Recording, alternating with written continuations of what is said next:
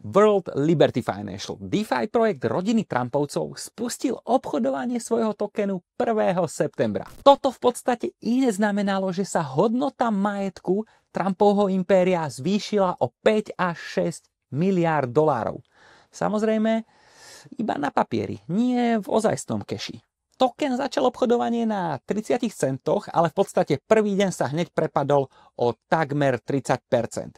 Aktuálne sa obchoduje niekde okolo 23 centov. Token teda podlieha veľkej volatilite a ak sa ho snažíte obchodovať, buďte veľmi opatrní. Politický kapitál sa dá ľahko pretaviť na finančný kapitál.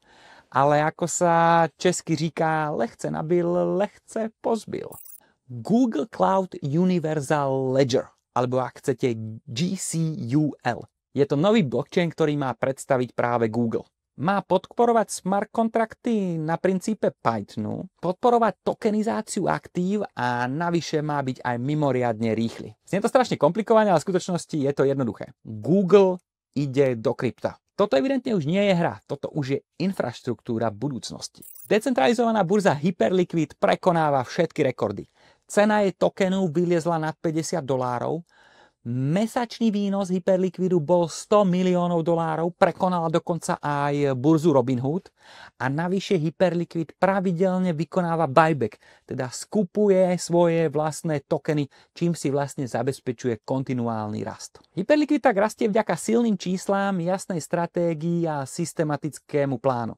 Otázka ale znie, ako dlho. Všetko, čo ide hore, raz asi musí ísť aj dole. Zatiaľ to má Hyperliquid naozaj veľmi dobre rozbehnuté. Ale samozrejme, poznáte to, toto nie je investičná rada. Donald Trump Jr. vstupuje do predikčných trhov. Kapitálovo cez svoju firmu vstúpil do Polymarketu, najväčšieho predikčného trhu. Tento nástroj je taký veľký, že bol minulý rok zaradený dokonca aj do platformy Bloomberg, obrovskej investičnej platformy pre profesionálov, ktorá zgrupuje všetky informácie, ktoré sa týkajú financií.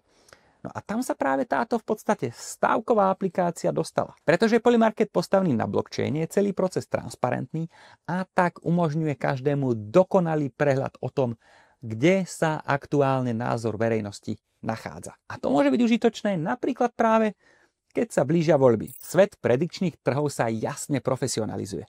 Už to nie je nejaká zapľúvaná stávková kancelária vedľa autobusovej zastávky.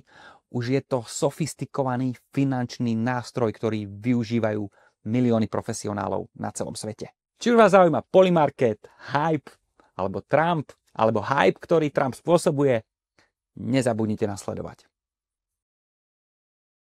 Trumpovci to je ako nejaká rodina z nejakého starého českého seriálu, že Smolíkovci, alebo čo, že otec poštár, matka kvetinárka, dve nepodľarené decka a hnusný pes, proste Trumpovci.